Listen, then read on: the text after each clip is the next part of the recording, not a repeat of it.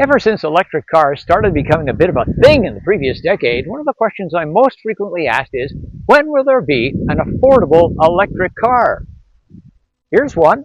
It's the Fiat 500e. It's actually existed in Europe for several years. Now it's being sold in North America. Let's take it for a drive today. Get in. This is Family Wheels.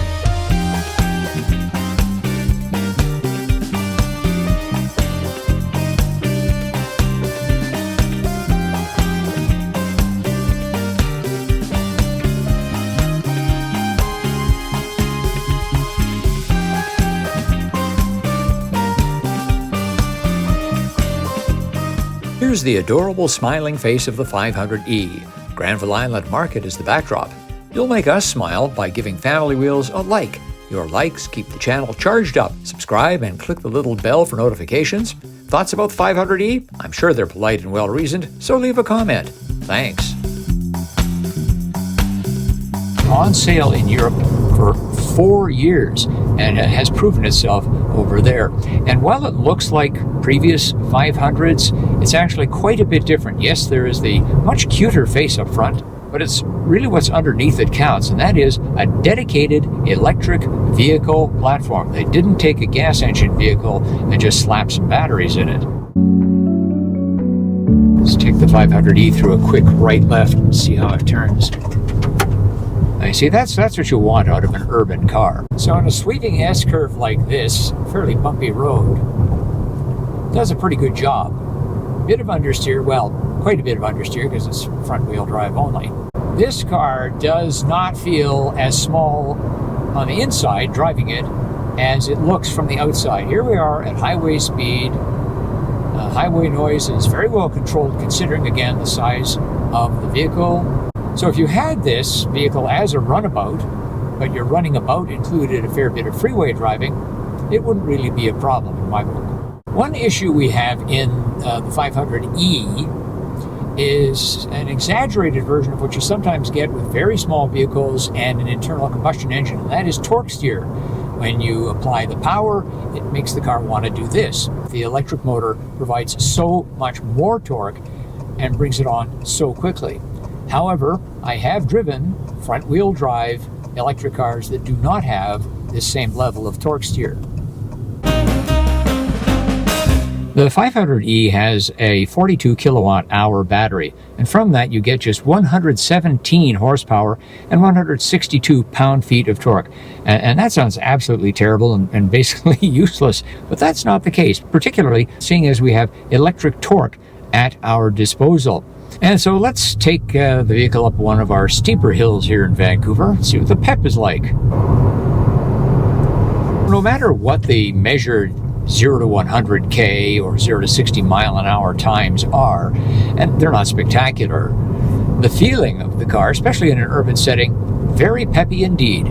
The estimated range of the 500e is 227 kilometers or 141 miles. When I started up the vehicle, fully charged, in fact, I got a reading of 226. That estimate seems to be right on. But of course, everything depends on your right foot. The 500e has 3 drive modes. One is called normal, and that's where you're basically simulating how an internal combustion engine vehicle would behave. There is Sherpa, which is the one that shuts down your HVAC and other energy users so that you can get to a charging station as fast as possible. And then there's the mode that really you should leave it in all the time. It's called range. That's because you get one pedal driving.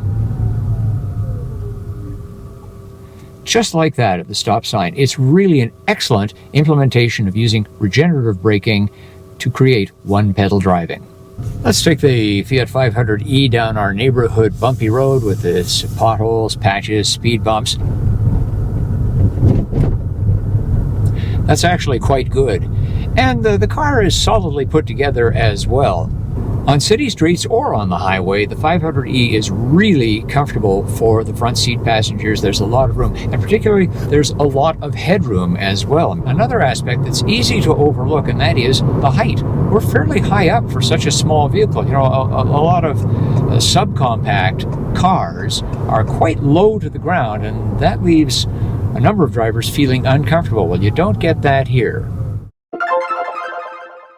It's nice that the base version of the 500e has heated front seats. However, it does not have a heated steering wheel. I find that to be quite an omission.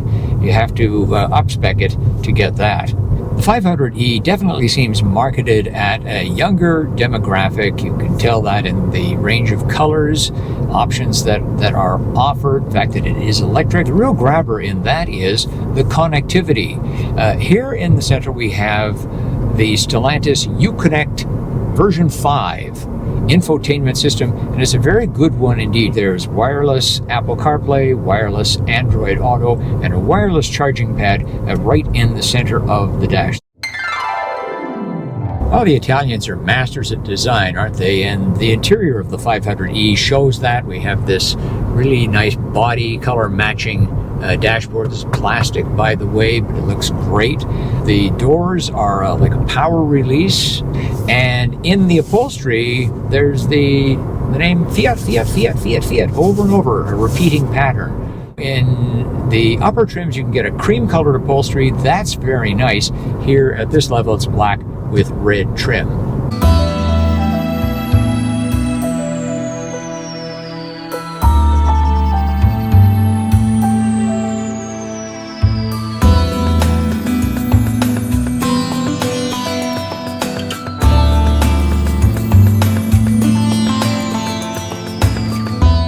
It should be obvious that our rear-facing child seat, the kind that takes up the most room, will not fit in the back of the Fiat 500. Just getting it into the back seat area would be an impossibility. But there's good news for families, even with a small car like this. There's a full set of latch-style tethers back there, one for each side, and you could easily fit a forward-facing child seat back there. Up front, of course, my knees are almost against the glove box door. Still reasonably comfortable for such a small car. Well, it shouldn't come as a surprise that there is very little room for adults in the back of the Fiat 500e.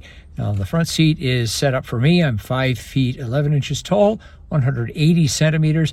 My knees are just short of the glove box door. And here in the back, well, actually, I do fit. I mean, for a short ride, this would work. Children up to, what, maybe 10, 11 years old, and they don't need child seats, they'd be fine back here.